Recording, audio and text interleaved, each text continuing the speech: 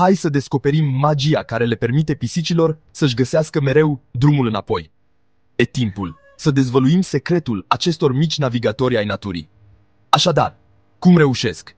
Prietenii noștri felini au un instinct de orientare foarte dezvoltat.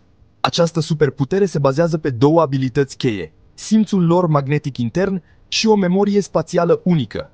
Pisicile pot simți câmpul magnetic al Pământului. Sună a science fiction, nu-i așa? Și totuși, este adevărat. Oamenii de știință cred că această busolă internă îi ajută să se orienteze chiar și la kilometri distanță. Dar stați, asta nu e tot. Pisicile au de asemenea o memorie incredibilă a locurilor. Își amintesc repere și configurația teritoriului lor. Deci când merg la plimbare, sunt ca niște mici exploratori care își cartografiază traseul. Și încă ceva, pisicile își pot aminti aceste hărți ani de zile. De aceea, chiar dacă se pierd, de multe ori își găsesc drumul înapoi.